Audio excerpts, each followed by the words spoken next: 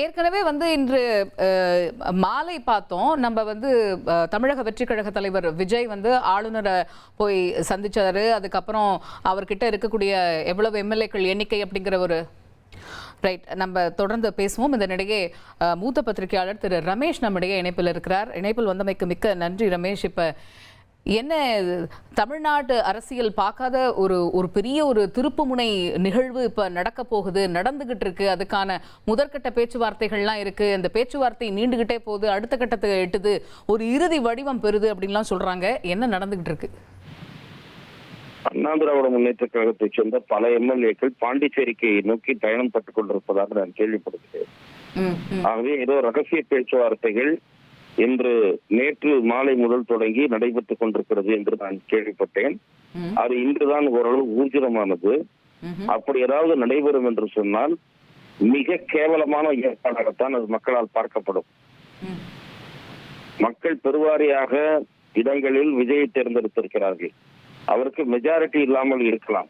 அந்த மெஜாரிட்டி அவர் சட்டமன்றத்தில் நிரூபிக்கிறாரா இல்லையா என்று பார்த்து அவகாசம் கொடுக்கப்பட்டு அந்த ஆட்சி தானாக கவிழுமானால், அதன் பிறகு மாற்று ஏற்பாடுகள் நடைபெறுமானால் அது பொருத்தமானதாக இருக்கும். ஆனால் விஜய்க்கு அந்த வாய்ப்பு அளிக்கப்படாமல்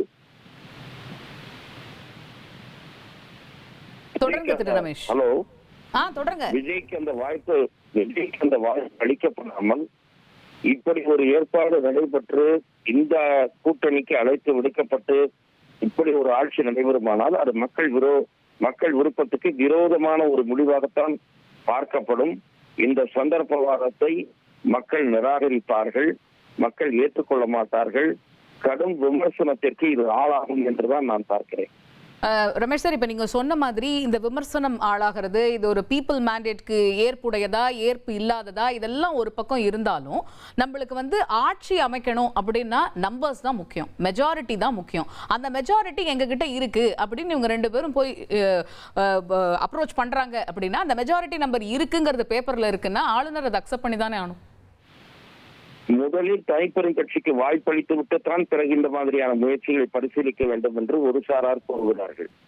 இன்றைய தினம் நான் ஒரு மூத்த வழக்கறிஞரிடம் பேசிய போது, மேதக ஆளுநர் விஜய் அவர்களுக்கு அழைப்பு விடுத்து அவர் சட்டமன்றத்தில் நிரூபிக்க வாய்ப்பளிக்க வேண்டும், அவர் நம்பரை கேட்கக்கூடாது, சட்டமன்றம் தான் புளோர் டெஸ்டுக்கான இடம் என்று அவர் தெரிவித்தார். அவர் சட்டம் அறிந்தவர், நான் சட்டம் அறிந்தவன் அல்ல, சட்டம் அறிந்த மூத்த வழக்கறிஞர். இதுதான் ஏற்கனவே உச்ச நீதிமன்றம் வழிகாட்டி இருக்கக்கூடிய நெறிமுறை என்று கூறினார். தேர்தலிலே எதிரெதிர் திசையிலே போட்டியிட்டவர்களை அழைப்பது என்பது அதற்கு மாறான நடைமுறையாக இருக்கும். அது முறையான நடைமுறையாக கருதப்படாது. இது அரசியல் ஜனநாயகபூர்வமான நடைமுறைகளுக்கு எதிரானதாகவும் முற்றிலும் விரோதமானதாகவும் பார்க்கப்படும். ஓகே, இப்ப இப்படி ஒரு விஷயம் ஏதோ ப்ரூவ் ஆயிட்டு இருக்கு அப்படின்னு நம்ம சொல்றோம் அப்படின்னா, தமிழக வெற்றி கழகம் முன்னாடி இருக்கக்கூடிய ஆப்ஷன்ஸ் என்ன? இப்ப வெற்றி கழகம் தெரியவில்லை. நீதிமன்றத்தை நாடலாம், நீதிமன்றத்தில் இம்மாதிரி அழைத்தது தவறு என்று முறையிடலாம், உச்ச நீதிமன்றத்தில் முறையிடலாம். அழைத்தவர் அதிமுக அதனுடைய கொள்கைக்கு நேர் எதிரான பாதையில் பயணிக்கிறது என்று சொல்றது பச்சையான சந்தர்ப்பமாக நினைப்பார்கள், கடுமையாக விமர்சிப்பார்கள். இல்ல, இது எல்லாமே ஆஃப்டர் எஃபெக்ட்ஸ் என்ன நடக்கலாம் இதெல்லாம் நம்மளோட ஒரு பார்வை, ஒரு யூகம் இதெல்லாம் இருக்கட்டும். ஆனா இப்ப நம்மளுக்கு அந்த ரியாலிட்டியா இப்ப இந்த நம்பர்ஸ் அப்படிங்கறத கொண்டு போய் கொடுக்கறாங்க. இங்க நம்பர்ஸ் மெஜாரிட்டி காமிக்க முடியுது. அதிமுக அந்த கூட்டணி கட்சிகளோட சேர்ந்து இருக்கும்போது இவர் சட்ட ரீதியா என்ன சொல்ல முடியும்? அப்படி ஒரு ஆட்சி அமைந்தாலும் அது ஊழல் காரணமாகவோ அல்லது வேறு கருத்து மோதல்கள் காரணமாகவோ அந்த ஆட்சி நீடிக்காமல் பாதையில் முடிவதற்கு நிறையவே வாய்ப்புகள் இருக்கின்றன.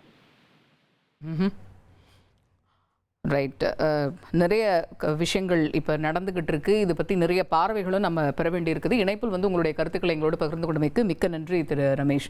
1,28,00,000 மனங்களை வென்ற தந்தை டிவி யூடியூப் சேனல், தவிர்க்க முடியாத தம்ப்நெயில், கலக்கலான கான்டென்ட்ஸ். நீங்களும் இந்த குடும்பத்தில் இணைய இப்பவே சப்ஸ்கிரைப் பண்ணுங்க. அசுரபலம் கொண்ட எங்கள் டிஜிட்டல் கரங்களில் உங்கள் விளம்பரங்களை சேர்க்க வாட்ஸ்அப் பண்ணுங்க. 8939888838. Email advttv@dttv.in.